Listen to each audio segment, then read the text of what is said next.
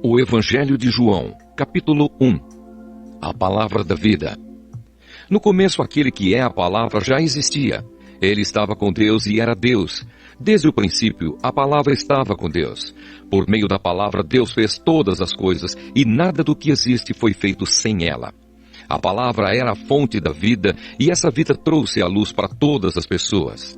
A luz brilha na escuridão, e a escuridão não conseguiu apagá-la. Houve um homem chamado João, que foi enviado por Deus para falar a respeito da luz.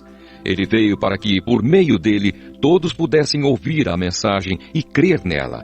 João não era a luz, mas veio para falar a respeito da luz, a luz verdadeira, que veio ao mundo e ilumina todas as pessoas. A palavra estava no mundo, e por meio dela, Deus fez o mundo, mas o mundo não a conheceu. Aquele que é a palavra veio para o seu próprio país, mas o seu povo não o recebeu. Porém, alguns creram nele e o receberam, e a estes ele deu o direito de se tornarem filhos de Deus. Eles não se tornaram filhos de Deus pelos meios naturais, isto é, não nasceram como nascem os filhos de um pai humano. O próprio Deus é quem foi o pai deles. A palavra se tornou um ser humano e morou entre nós, cheia de amor e de verdade, e nós vimos a revelação da sua natureza divina, natureza que ele recebeu como filho único do Pai. João disse o seguinte a respeito de Jesus: "Este é aquele de quem eu disse, ele vem depois de mim, mas é mais importante do que eu, pois antes de eu nascer, ele já existia." Porque todos nós temos sido abençoados com as riquezas do seu amor, com bênçãos e mais bênçãos. A lei foi dada por meio de Moisés, mas o amor e a verdade vieram por meio de Jesus Cristo. Ninguém nunca viu Deus. Somente o Filho único, que é Deus e está ao lado do Pai, foi quem nos mostrou quem é Deus. A mensagem de João Batista. Os líderes judeus enviaram de Jerusalém alguns sacerdotes e levitas para perguntarem a João quem ele era.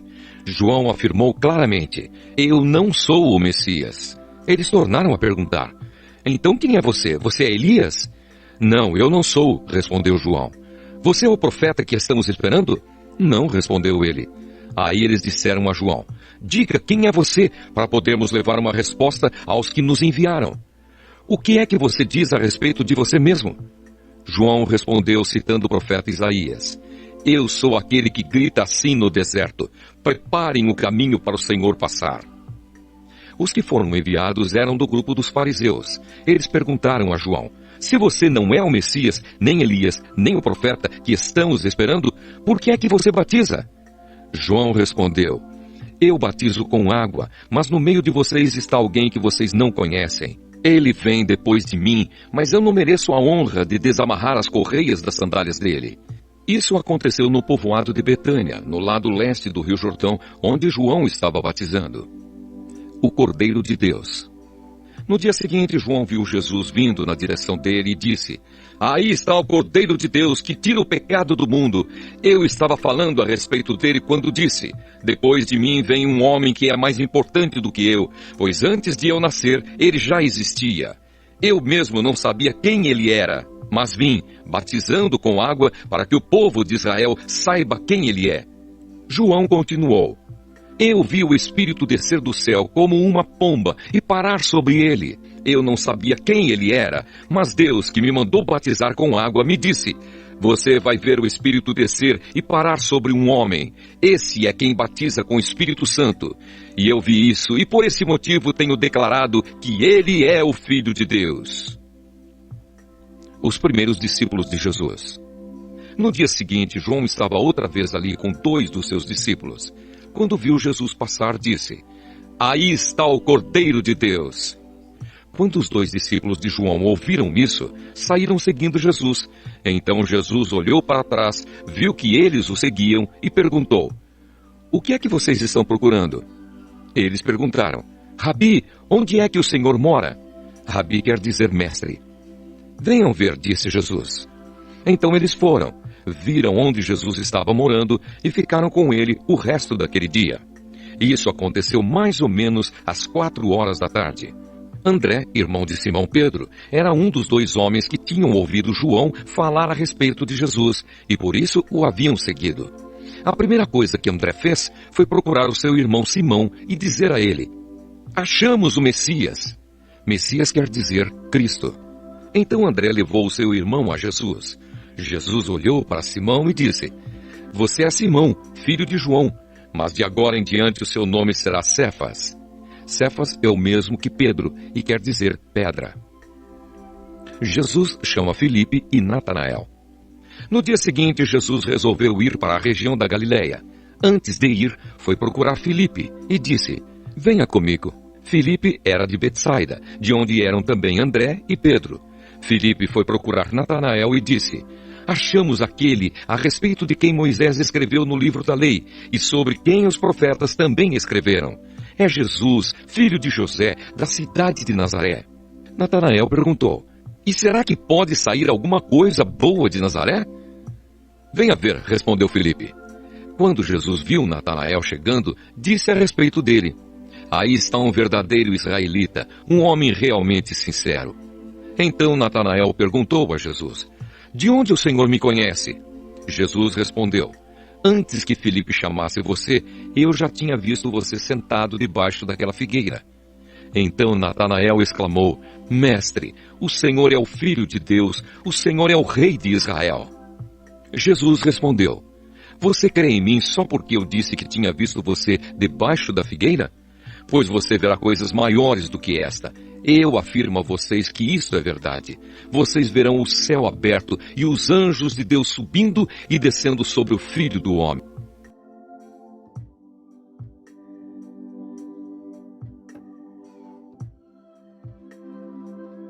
O Evangelho de João, capítulo 2. Jesus vai a um casamento. 2 dias depois houve um casamento no povoado de Caná, na região da Galileia, e a mãe de Jesus estava ali. Jesus e os seus discípulos também tinham sido convidados para o casamento. Quando acabou o vinho, a mãe de Jesus lhe disse: o vinho acabou. Jesus respondeu: não é preciso que a senhora diga o que eu devo fazer. Ainda não chegou a minha hora. Então ela disse aos empregados: façam o que ele mandar. Ali perto estavam 6 potes de pedra. Em cada um cabiam entre 80 e 120 litros de água. Os judeus usavam a água que guardavam nesses potes nas suas cerimônias de purificação. Jesus disse aos empregados: encham de água estes potes. E eles os encheram até a boca. Em seguida, Jesus mandou: agora tirem um pouco de água destes potes e levem ao dirigente da festa. E eles levaram. Então o dirigente da festa provou a água e a água tinha virado vinho. Ele não sabia de onde tinha vindo aquele vinho. Mas os empregados sabiam. Por isso, ele chamou o noivo e disse: todos costumam servir primeiro o vinho bom e depois que os convidados já beberam muito, servem o vinho comum. Mas você guardou até agora o melhor vinho. Jesus fez esse primeiro milagre em Caná da Galileia. Assim ele revelou a sua natureza divina e os seus discípulos creram nele. Depois disso, Jesus, a sua mãe, os seus irmãos e os seus discípulos foram para a cidade de Cafarnaum e ficaram alguns dias ali. Jesus vai ao templo. Alguns dias antes da Páscoa dos judeus, Jesus foi até a cidade de Jerusalém. No pátio do templo encontrou pessoas vendendo bois, ovelhas e pombas e viu também os que, sentados às suas mesas, trocavam dinheiro para o povo. Então ele fez um chicote de cordas e expulsou toda aquela gente dali e também as ovelhas e os bois. Virou as mesas dos que trocavam dinheiro e as moedas se espalharam pelo chão. E disse aos que vendiam pombas: tirem tudo isto daqui! Parem de fazer da casa do meu pai um mercado! Então os discípulos dele lembraram das palavras das Escrituras Sagradas que dizem: o meu amor pela tua casa, ó Deus, queima dentro de mim como fogo. Aí os líderes judeus perguntaram: que milagre você pode fazer para nos provar que tem autoridade para fazer isso? Jesus respondeu: derrubem este templo, e eu o construirei de novo em 3 dias. Eles disseram: a construção deste templo levou 46 anos, e você diz que vai construí-lo de novo em 3 dias? Porém, o templo do qual Jesus estava falando era o seu próprio corpo. Quando Jesus foi ressuscitado, os seus discípulos lembraram que ele tinha dito isso e então creram nas Escrituras Sagradas e nas palavras dele.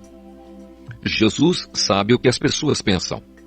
Quando Jesus estava em Jerusalém durante a festa da Páscoa, muitos creram nele porque viram os milagres que ele fazia. Mas Jesus não confiava neles, pois os conhecia muito bem. E ninguém precisava falar com ele sobre qualquer pessoa, pois ele sabia o que cada pessoa pensava.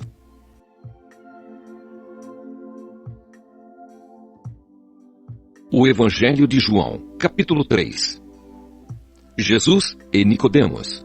Havia um fariseu chamado Nicodemos, que era líder dos judeus. Uma noite ele foi visitar Jesus e disse: Rabi, nós sabemos que o Senhor é um mestre que Deus enviou, pois ninguém pode fazer esses milagres se Deus não estiver com ele. Jesus respondeu: Eu afirmo ao Senhor que isto é verdade. Ninguém pode ver o reino de Deus se não nascer de novo.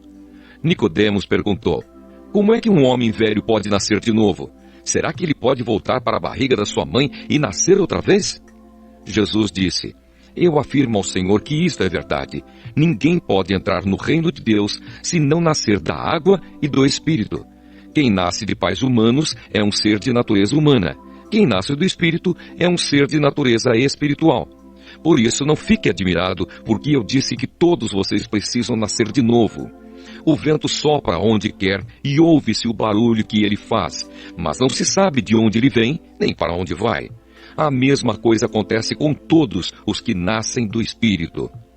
Como pode ser isso? Perguntou Nicodemos. Jesus respondeu: O Senhor é professor do povo de Israel e não entende isso?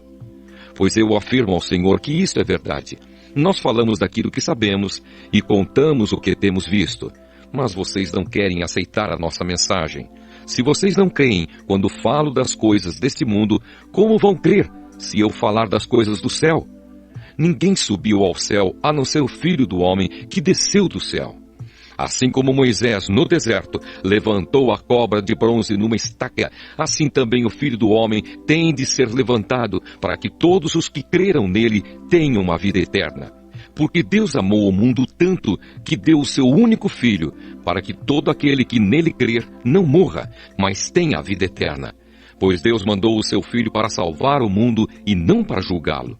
Aquele que crê no Filho não é julgado, mas quem não crer já está julgado, porque não crê no Filho único de Deus. E é assim que o julgamento é feito. Deus mandou a luz ao mundo, mas as pessoas preferiram a escuridão, porque fazem o que é mal. Pois todos os que fazem o mal odeiam a luz e fogem dela, para que ninguém veja as coisas más que eles fazem.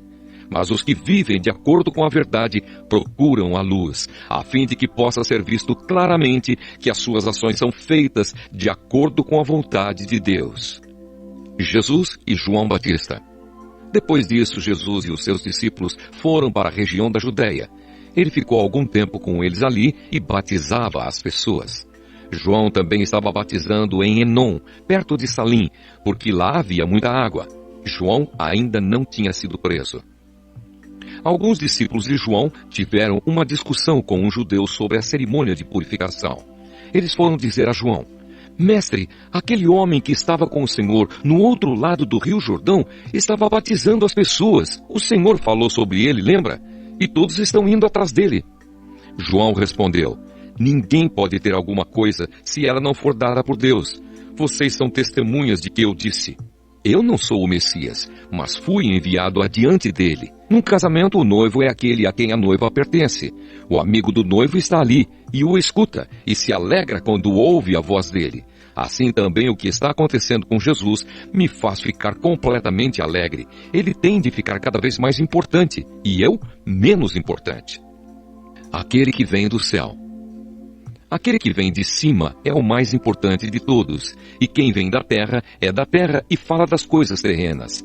Quem vem do céu é o mais importante de todos. Ele fala daquilo que viu e ouviu, mas ninguém aceita a sua mensagem.